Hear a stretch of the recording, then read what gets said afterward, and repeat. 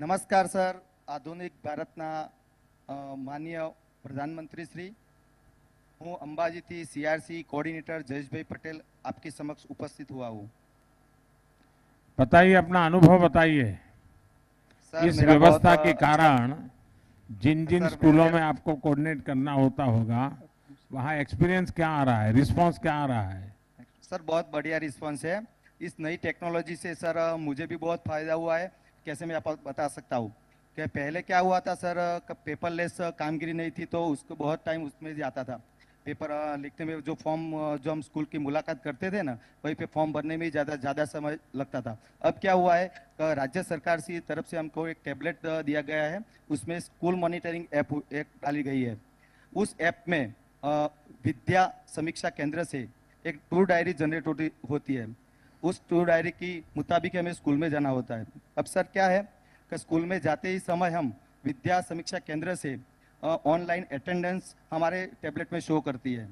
वो टैबलेट के जो ऑनलाइन अटेंडेंस शो करती है तो हम वहीं पे वेरिफिकेशन कर सकते हैं कि स्कूल में कि कितने बच्चे प्रेजेंट हैं, कितने टीचर प्रेजेंट है. वहीं से फ़ायदा हुआ है.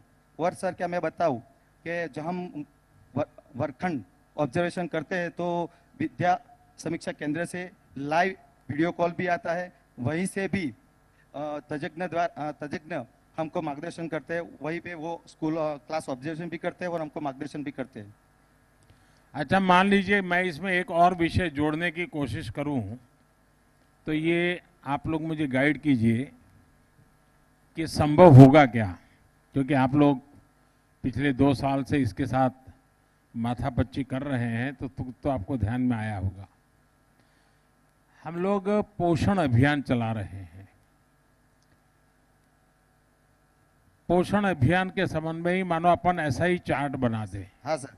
और उसमें बच्चों को ही कहें कि भाई ये खाने से इतनी कैलोरी, ये खाने से इतनी कैलोरी, तुम्हें दिन में इतनी कैलोरी तुम्हारे शरीर में जानी चाहिए. और वो टिक मार करेगी, मैंने आज ये खाया था, ये खाया था, ये नहीं खाया, ये नहीं खाया, नहीं खाया, और उसके कारण मुझे जो कैलोरी थी वो सफिशिएंट मैंने नहीं ली है. वो बच्चे को खुद समझ आ जाए, वैसा अगर मैं इंट्रोड्यूस करूं, मुझे तो बहुत मुश्किल नहीं है, मैं तो तुरंत इसमें एक चीज़ और जोड़ दूंगा. लेकिन क्या हमारे टीचर्स बच्चों को इसके लिए तैयार कर सकते हैं? हाँ सर, बिल्कुल. और आपको बताना चाहूँगा सर, आपने अंबाजी में ही 2005 में दूध संजीवनी योजना जो आपने लॉन्च की थी, उससे हमारे ट्राइबल विस्तार में बहुत फायदा हुआ है सर. सब बच्चों की तंदुरुस्ती बहुत ही हेल्दी है सर. इसका तो मैंने शरीर देखा, अभी मुझे चिंता हो गई.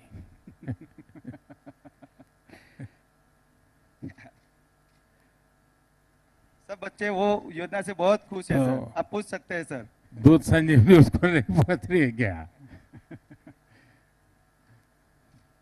नहीं, आप लोग सोचिए पहुंच रही कि है ना. इसका अगर हर रोज आ प्रोग्रामिंग जाती करना नहीं. है, हर एक इलाके में खाना अलग होता है, अलग प्रकार से होता है, लेकिन उसको हाँ सर. अगर थोड़ा, उससे कारण क्या होगा, सब सेंसिटाइज होंगे कि भाई एक इंडिविजुअल बच्चे के लेवल पे कितना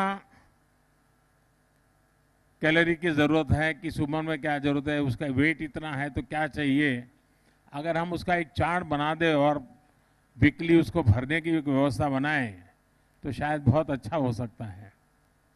मैं अपना एक बड़ा हाँ सर, इंटरेस्टिंग मैं आपको अनुभव बताना बताता हूँ चाहूंगा. आपको क्या होता है. मैं बहुत साल पहले कनाडा गया था, अरे बहुत साल हो गए. तो मैं वहाँ, आप बैठिए, आप बैठ जाइए. हाँ सर. मैं साइंस म्यूजियम देखने गया था. तो उसमें एक बहुत बड़ा कियोस्क था. उस जमाने में इतने छोटे छोटे कंप्यूटर नहीं होते थे. बहुत बड़ा, वो अपना फ्रिज मशीन जितना बड़ा एक कियोस्क था. और उसमें आप क्या खाते हैं वहाँ लिखा हुआ था कि भाई 6 नंबर पे ये चीज़ है, 8 नंबर पे ये है, तो आप नंबर भरना होता था. अब वहाँ जो लोग खाते हैं ज़्यादातर नॉनवेज होता है, तो ज़्यादातर तो वही चीज़ें थी, लेकिन कहीं कहीं ब्रेड की व्यवस्था थी, कहीं सब्जी की थी, दूध की थी. तो मैंने अपना चार्ट भर दिया और उसको वो तुरंत जवाब देता है कि आपकी कैलोरी में क्या है, कमी नहीं. तो मुझे क्या जवाब आया, आपको सुनकर के हंसी आ जाएगी. जब मैं तो वेजिटेरियन हूँ, तो मैंने जब उतना भर दिया कि मैं ये खाता हूँ, तो सामने से मुझे उसने पूछा, मशीन ने, क्या आप पंखी है क्या?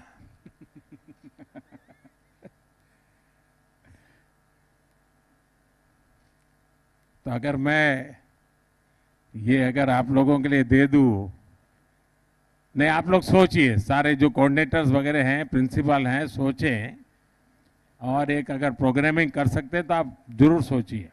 अब देखिए, आप लोगों ने टेक्नोलॉजी का कितना लाभ हो सकता है ये अनुभव किया है, और आज हम लोग भाग्यवान हैं, उस पीढ़ी में आप लोग हैं कि जहां टेक्नोलॉजी बहुत सुलभ है, सरल है। एक बार थोड़ी सी उसमें रुचि लेंगे तो आपके लिए पूरी दुनिया के दरवाजे खुल जाते हैं, और बच्चों को इसके लिए मोटिवेट करना चाहिए, तब जाकर के आपकी शिक्षा व्यवस्था में एक, लेकिन ऐसा ना हो कि सब कुछ ऑनलाइन हो और कुछ ऑफलाइन हो ही नहीं। अगर ऑनलाइन वो गुड़ खाएगा तो कहां पता चलेगा मीठा है कि नहीं है? उसके लिए तो सचमुच में उसको गुड़ खाना पड़ेगा। वैसे खेल कूद है, समूह जीवन है, ये सारी चीजें भूलना मत।